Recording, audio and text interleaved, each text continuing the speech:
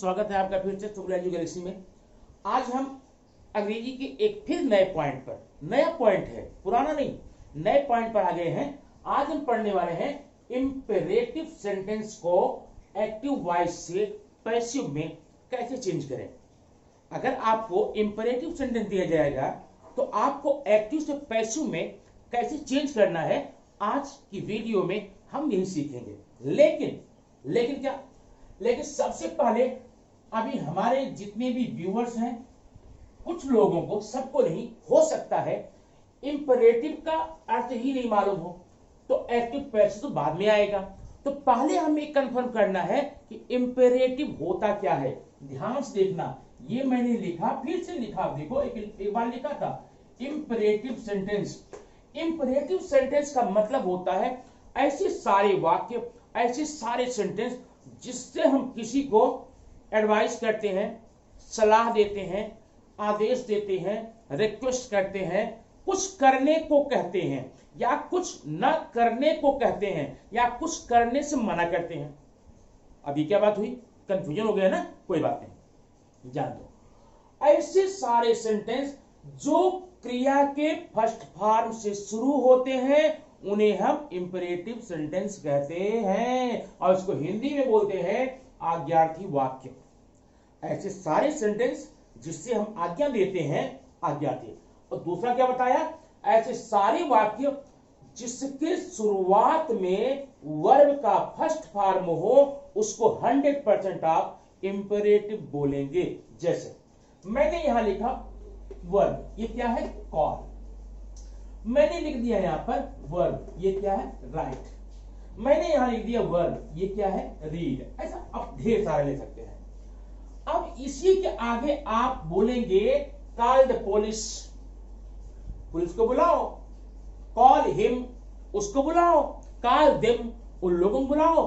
Call मी, मुझे बुलाओ। ठीक है, अभी देखो, राइट, लिखना। अब इसको लिखना मत बोलो, आप इसको लीजिए, लिखो। Write a letter, write a paper, write a poem, write story, write the question, write the answer, कुछ भी बोलो। ये सारे के सारे वाक्य आपको क्या हो गए? इंपेरेटिव में हो गए भाई। ठीक है, ये देखना, रीड है। अब रीड से शुरू कर दो एक वाक्य, read the poem, read the question, read the answer, read the story, read the Ramayana, read the Bible. ऐसा कुछ भी करके आप बोलेंगे, आपका इंपेरेटिव हो गया। मुझे पूरा विश्वास है आप समझ गए होंगे। ऐसे ढेर सारे वाक्य। एक बात और, ये तो हम ग्रामर पढ़ने जा रहे हैं भाई आज, लेकिन ये आपके लिए कितना जरूरी होता है। दिन भर में आप हजारों सेंटेंस बोलते हैं, कभी हिंदी में कभी इंग्लिश में, बस रह गई बात, नाम से परिचित नहीं थे हम। दिन भर में हजारों सेंटेंस बोलते हैं। Come here, stand up, sit down, बोलते हैं ना भाई। ये सब क्या है? इंपेरेटिव है। और दिन भर में इसको हजारों सेंटेंस आप बोल सकते हैं। अब एक चीज देखिए, मैंने यहां लिखा राइट अ लेटर, लेटर लिखो, पत्र लिखो, पत्र लिखिए, ये आपका इंपेरेटिव हो गया। लेकिन अब इसी में एक बात मैं और जोड़ दूंगा, आपका कंफर्म हो जाएगा।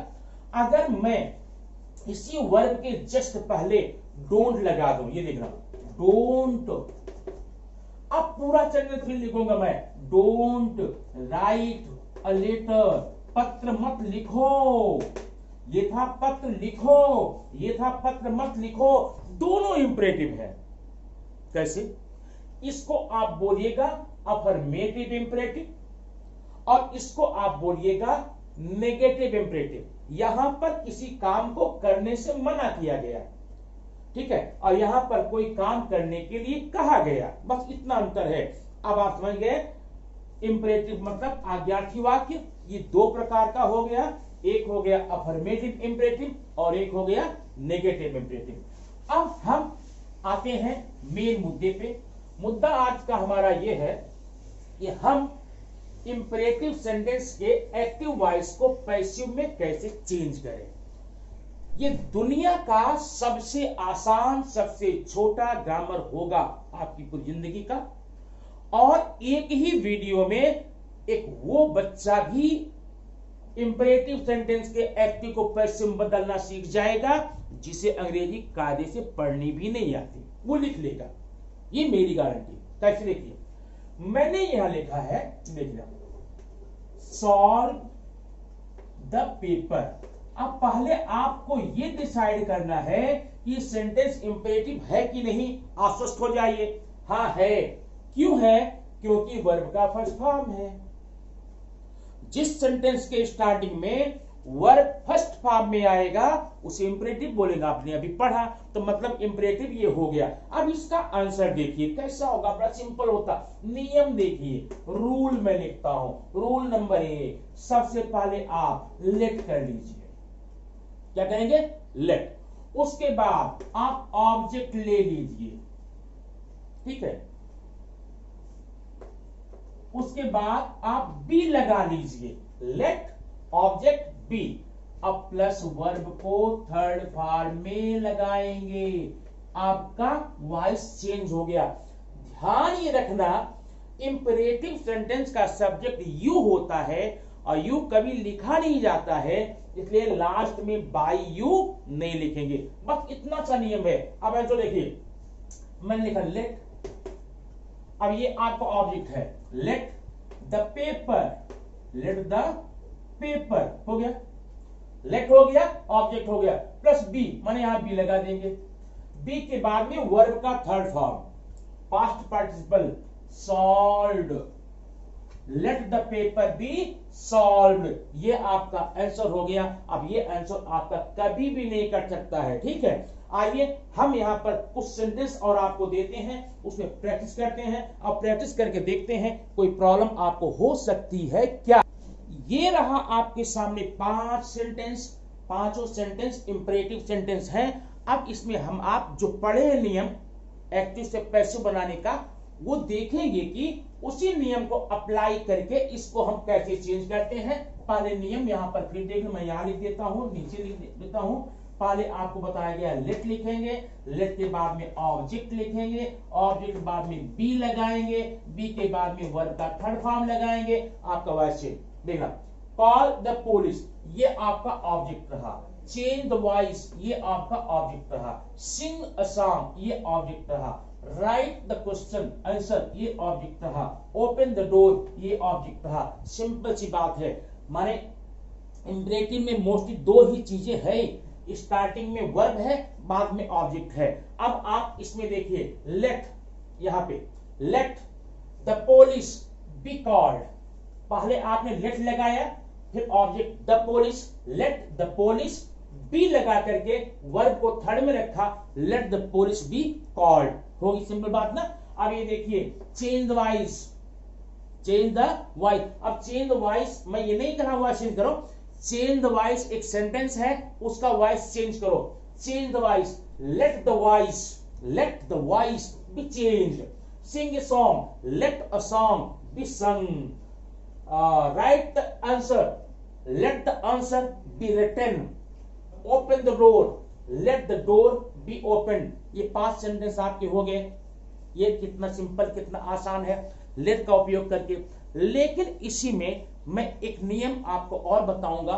क्यों बताना जरूरी है? वैसे आप एग्जाम में इससे लिखेंगे, नो प्रॉब्लम, आंसर आपको नंबर मिलेगा।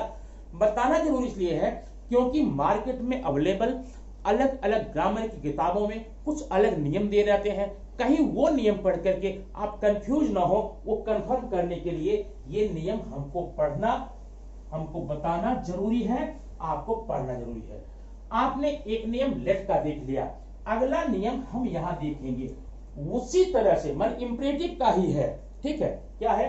सबसे पहले आप देखिए ऑब्जेक्ट, सबसे पहले, उसके बाद में should be, should be, object should be plus verb third में। ये तो भैया और भी आसान हो गया, हुआ ना। ऑब्जेक्ट शुड, माने ऑब्जेक्ट आप यहां से लेंगे, शुड बी फिक्स है पहले से ही और थर्ड फॉर्म में हो गया। अब इसका आंसर देखिए, the police should be called, हुआ ना। The voice should be changed, a song should be sung, the answer should be written, the door should be opened, हुआ ना। सिंपल है ना। तो इस प्रकार से आपने यहां पर इसको चेंज करना सीख लिया। लेकिन आपने यहां पर देखा ऑब्जेक्ट मैंने लिया, पहले में भी ऑब्जेक्ट लिया, लेकिन कुछ सेंटेंसेस कभी कभी हमको यूं मिल जाते हैं कि रहेंगे इंपरेटिव ही, लेकिन उसमें ऑब्जेक्ट नहीं दिखेगा। और जब ऑब्जेक्ट नहीं दिखेगा ऐसे वाक्यों के लिए हमें क्या करना है, वो आगे के सेंटेंस को ध्यान से। अब आप इसमें देख सकते हैं ये 5 सेंटेंसेस दिए गए हैं, ये भी इंपरेटिव ही है, क्योंकि सब में वर्ब है, स्टैंड अप है, सिट है, ट्राई है, रीड है और स्पीक है, सब में वर्ब है, लेकिन इसका स्वरूप कुछ अलग लग रहा है। क्यों लग रहा है मैं बताता हूं। अब ये देखना यहां पे, read the book, read the book. अब ये आपका एक सेंटेंस है, इंपरेटिव है, आपने पहले देखा था, इसके जैसा था, लेकिन यह किताब पढ़ो, मैंने कहा किताब पढ़ो, आज्ञा हो गई, इंपरेटिव हो गया। अगर मैं सिर्फ इतना पढ़ूं, पढ़ो, बैठो, उठो, जाओ, sit down, stand up, try, ठीक है ना, ऐसे भी सेंटेंस इंपरेटिव होते हैं भाई, वो भी इंपरेटिव है। बस अंतर क्या है, इस इंपरेटिव में ऑब्जेक्ट दिख नहीं रहा है, इसमें ऑब्जेक्ट दिख नहीं रहा है, ऐसे इन 5 में किसी में ऑब्जेक्ट नहीं दिख रहा है। अब अगर हम बता दें कि इसमें हम let plus object plus be plus third form करें तो भी नहीं फिट बैठेगा, क्योंकि इसमें इस नियम में ऑब्जेक्ट आया हुआ है और हमारे सेंटेंस में ऑब्जेक्ट दिख ही नहीं रहा है, तो नियम तो हम कंप्लीट नहीं कर पाएंगे। दूसरा है ऑब्जेक्ट शुड बी, ये था ना, 2 नियम आपने पढ़ा था, उन दोनों नियमों में आपने देखा था कि यहां पर ऑब्जेक्ट है और तब आपने किया था, लेकिन इस सेंटेंस जो देख रहे हैं इसमें कहीं भी कोई प्रकार का ऑब्जेक्ट नहीं है, तो क्या करें इसको। बहुत सिंपल भाई, बहुत सिंपल। ये देखिए मैं यहां बता रहा हूं, याद देखना, ऐसे इंपरेटिव आपको जब भी मिले, जहां भी मिले, जैसे भी मिले, कैसे इंपरेटिव, ऐसे सारे इंपरेटिव जिनमें की ऑब्जेक्ट न हो, उसका आंसर वेरी सिंपल, बहुत आसान। कैसे आसान है, सबसे पहले लिखना you are fix ordered to, इतना याद कर लो, यू आर ऑर्डर्ड टू, उसके बाद पूरा वाक्य। अब देखो, you are ordered to stand up, you are ordered to sit down, you are ordered to cry, you are ordered to read, you are ordered to speak। बात समझ में, माने ऐसे सारे इंपरेटिव जिसमें कि ऑब्जेक्ट ना हो, उसका वॉइस चेंज करने का नियम आप क्या बनाएंगे, तो सबसे पहले आप ये लिख लेंगे यू आर ऑर्डर्ड टू, पूरा सेंटेंस। उसके बाद ये जो सेंटेंस दिया गया है इसे हूबहू एग्जैक्टली विदाउट एनी चेंज आप उतार कर आगे लिख देंगे, आपका आंसर बन जाएगा। कैसे, you are order to stand up, okay. लेकिन एक बारीक बात है इसमें, हमेशा यहां पर ऑर्डर नहीं करेंगे। अगर आपको समझ में आता है ये ऑर्डर्ड है, ये ऑर्डर है, तब तो ऑर्डर्ड करेंगे। अगर समझ में ये आता है भैया ये तो रिक्वेस्ट है, यहां रिक्वेस्टेड कर दो भाई, क्या दिक्कत है। और अगर समझ में नहीं आए, कंफर्म ही नहीं हो कि यहां पर ऑर्डर है, रिक्वेस्ट है, सिंपल मतलब आस्क्ड कर दो, यहां पर क्या करेंगे, आस्क्ड, सिंपल, सबसे बढ़िया। अगर मैंने यहां लिखा सिट डाउन, अब सिट डाउन में हमें पता नहीं, अगर कोई पोलाइटली बोलेगा सिट डाउन तो पता है, कोई डांट के बोलेगा समझ नहीं आता, यहां पर you are asked to sit down, ठीक है। अब यहां पर ऑर्डर्ड भी कर सकते हैं, आस्क्ड भी कर सकते हैं, टोल्ड भी कर सकते हैं, एडवाइज्ड भी कर सकते हैं, सजेस्टेड भी कर सकते हैं, जैसी सेंटेंस मीनिंग हो वैसा करके आप लिख लेंगे, फर्स्ट क्लास का आंसर आपका तैयार हो गया। क्या दिक्कत है इसमें, कोई दिक्कत है नहीं है। अब जरा लास्ट सेंटेंस देखो, प्लीज स्पीक, ये भी इंपरेटिव है, आगे प्लीज लग गया है या काइंडली हो सकता है, ठीक है। कुछ विद्वानों का, बहुत बड़े विद्वानों का यह मानना है जिस इंपरेटिव में प्लीज या काइंडली लगा हुआ है उसका पैसिव नहीं चेंज कर सकते, लेकिन मेरा मानना है क्यों नहीं कर सकते, क्या रीजन नहीं कर सकते, वॉइस वर्ब की होती है, क्यों नहीं चेंज करेंगे। अगर प्लीज या काइंडली लगा है, जैसे यहां पर मैंने बताया मीनिंग के आधार पर you are ordered to, you are requested to, you are suggested to, you are advise to, you are asked to, you are told to, fix नहीं है, कर लिए। लेकिन अगर प्लीज या एडवाइस, प्लीज या काइंडली वर्ड यहां पर ऐड है, इस तो कंफर्म है ना कि तो रिक्वेस्ट है, तो आप यहां कह देंगे पक्का you are requested to speak. लेकिन इस प्लीज और काइंडली वर्ड का यूज आप नहीं करेंगे, you are requested to speak. अब चाहे काइंडली स्पीक होता, देखो please go, please go, you are requested to go, ठीक है। तो इस प्रकार से आपने यहां पर देखा इंपरेटिव सेंटेंस के जितने भी वॉइस होते हैं सारे बस इतने ही पॉइंट में हैं, इससे ज्यादा इंपरेटिव में नहीं है। और भी वॉइस के पॉइंट मैं आपको इस प्रकार से लेकर आता रहूंगा। लेकिन ध्यान रखिए, चैनल को आप पहली बार अगर देख रहे हैं, वीडियो पहली बार देख रहे हैं, मेरे चैनल पहली बार आए हैं, सब्सक्राइब करना न भूलें, क्योंकि ऐसी वीडियो आपको और कहीं नहीं यही मिलेगी, ठीक है। कहां? शुक्ला एजू गैलेक्सी पर। तो आपको अगर इस समझ नहीं आया हो, कमेंट बॉक्स में जाकर लिखने में कोई हर्ज नहीं है, कोई भी पैसा नहीं लगता, कुछ भी नहीं, आप कमेंट करिए मुझे समझ नहीं आया, या आपके बाद आपके पास, ये मैं चैलेंज नहीं कर रहा हूं, मैं आपसे रिक्वेस्ट कर रहा हूं, आपके पास कोई भी सेंटेंस हो इंपरेटिव में, कोई भी, और उसका आंसर आपको नहीं आ रहा हो, आप कमेंट बॉक्स में लिख करके दे सकते हैं, उसका आंसर आपको तुरंत मिल जाएगा, रिप्लाई में, कमेंट के रिप्लाई में मिल जाएगा, ठीक है। तो वीडियो देखते रहिए और अंग्रेजी सीखते रहिए, इसको बोलते रहिए, इंग्लिश स्पीकिंग, रीडिंग, राइटिंग सीखिए। फिर नेक्स्ट वीडियो में मिलेंगे ऐसी वीडियो लेकर के। Thank you very much.